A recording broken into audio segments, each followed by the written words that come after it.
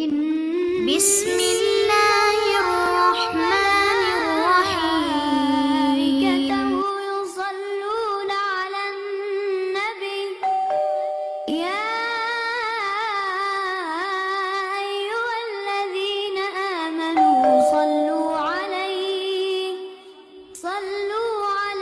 wa sallimu taslima.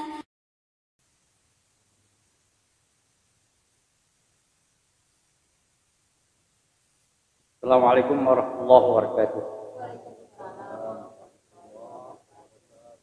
Alhamdulillahirabbil alamin. Wassalatu wassalamu ala Muhammadin wa alihi washabihi ajma'in.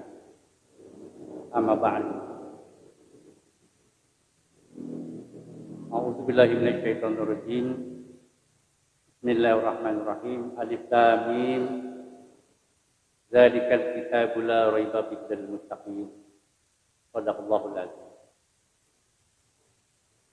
Jamaah yang berbahagia.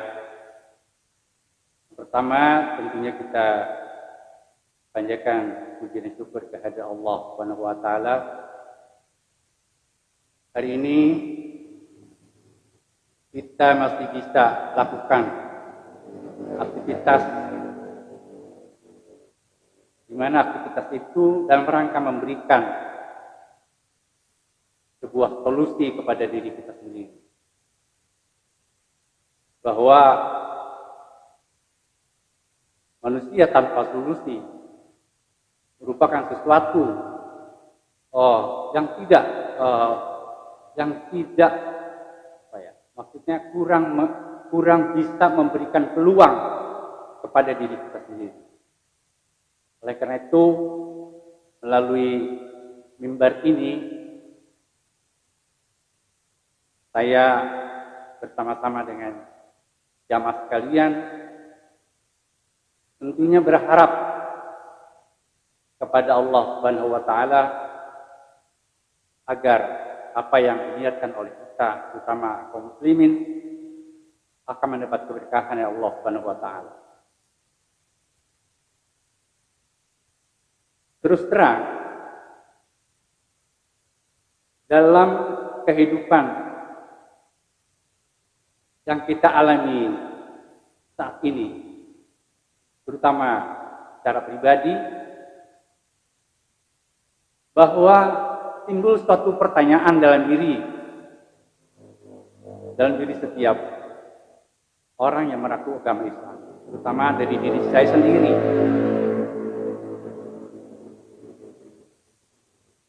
Saya dibesarkan di lingkungan orang-orang yang beragama Islam. Ketika saya baru mengingat yang namanya manusia, saya pada waktu itu cuma mengingat bahwa saya ada pada kerumunan orang-orang yang berada di musola. Jadi ingatan saya pada waktu saya pertama kali ingat menjadi manusia, bahwa saya berada pada kerumunan orang-orang yang berada di musola, yang pada waktu itu saya sedang berebut makanan. Ketika saya tanya kepada kakak-kakak saya dan ibu saya, itu kejadian tahun berapa? Kata kakak saya, kejadian itu di sekitar tahun 1955.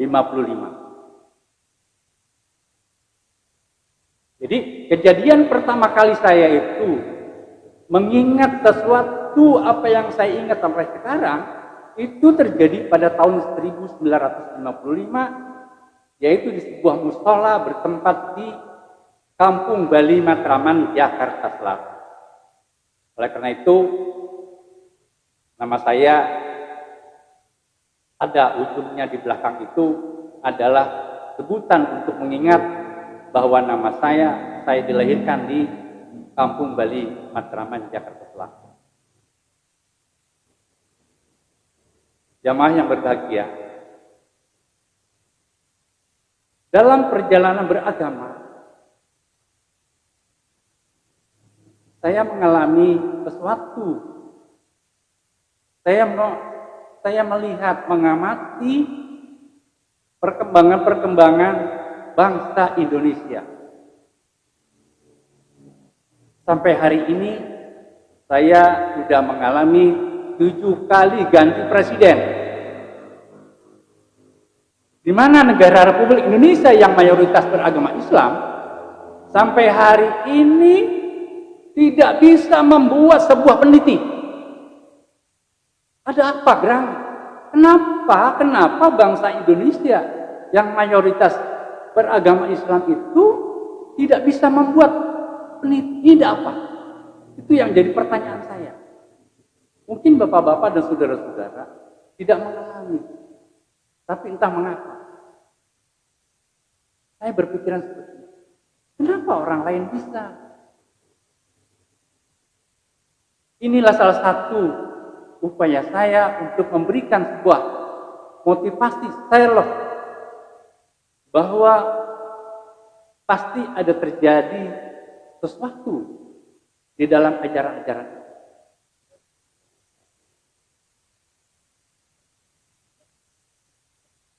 Kita melihat dan menyaksikan bagaimana carut-carutnya orang Islam itu, baik di negeri sendiri ataupun di dunia internasional.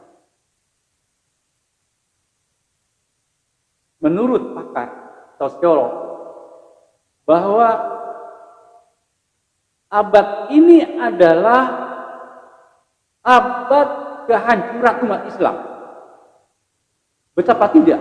Karena apa yang kita saksikan pada dunia Islam, di Rohingya, Myanmar, atau di belahan bumi yang lainnya di daerah daratan Cina, itu terjadi pembantaian yang dilakukan secara masif.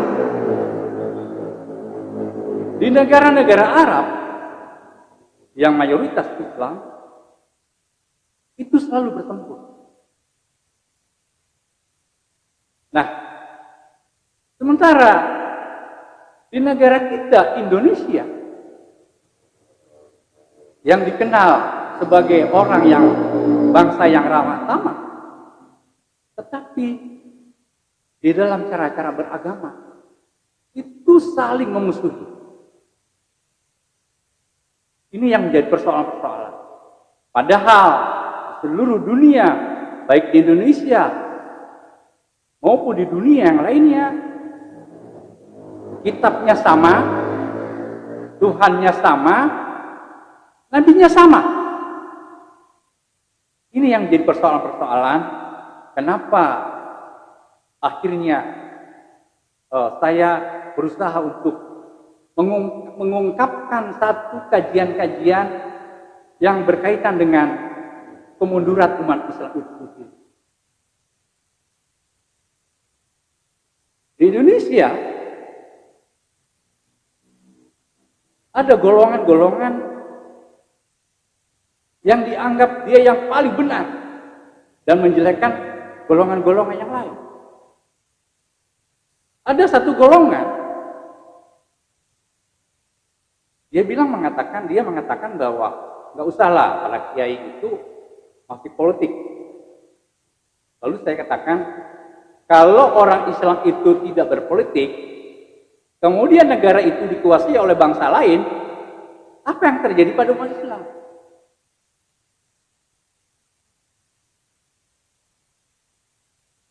Ada satu golongan lagi yang selalu membid'ahkan kelompok-kelompok lain. Lalu apa yang terjadi? Dan anehnya, ayat yang dibaca itu juga, yaitu wa'tasimu bihablillahi jami'a wa la tafarraqu. Berpeganglah kamu kepada tali Allah dan jangan bercerai-berai.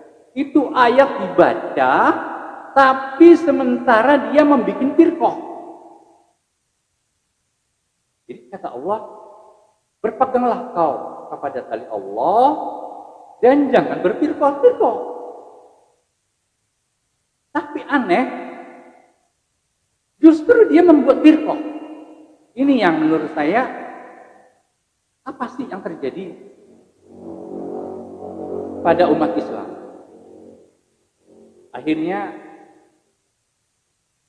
saya berkeputusan untuk mengambil suatu analisa yang berkaitan dengan masalah kitabullah. Karena kitabullah menurut saya itu adalah salah satu bukti otentik bahwa Al-Quranlah satu-satunya yang akan membimbing kita ke jalan yang benar. Jadi persoalan-persoalan carut marutnya umat Islam di seluruh dunia kemungkinan besar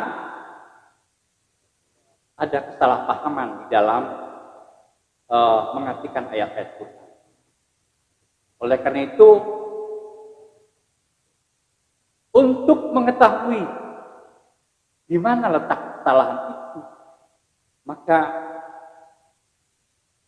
apa yang Allah firmankan di dalam Quran surat Al-Alaq dengan 5 ayat itu, itulah di mana permulaan Allah memberikan kepastian kepada umat manusia bahwa ada sesuatu yang kurang baik di dalam kedirian umat manusia. Mari kita bersama-sama membaca surat Al-Alaq yang terdiri dari 5 ayat. Bismillahirrahmanirrahim. Iqra bismi rabbikal ladzi khalaq. Khalaqal insana min 'alaq. Iqra wa rabbukal akram. Alladzi 'alama bil qalam.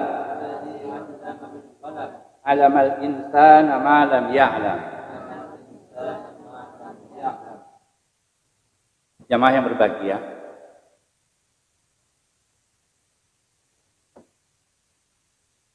pertama kali ayat itu turun yaitu sekitaran ketika umur Nabi itu 40 tahun, yaitu pada tahun 1611 Masehi. Jadi 571 ditambah 40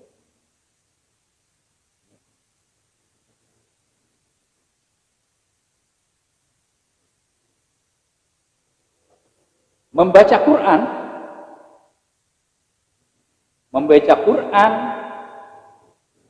itu harus memenuhi 2 syarat.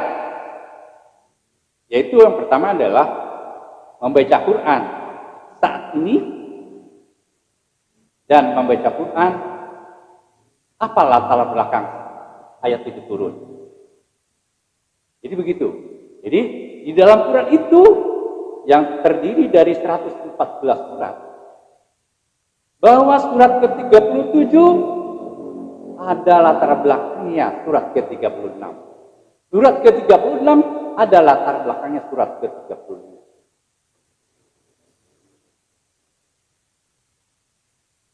Ketika 5 ayat ini hadir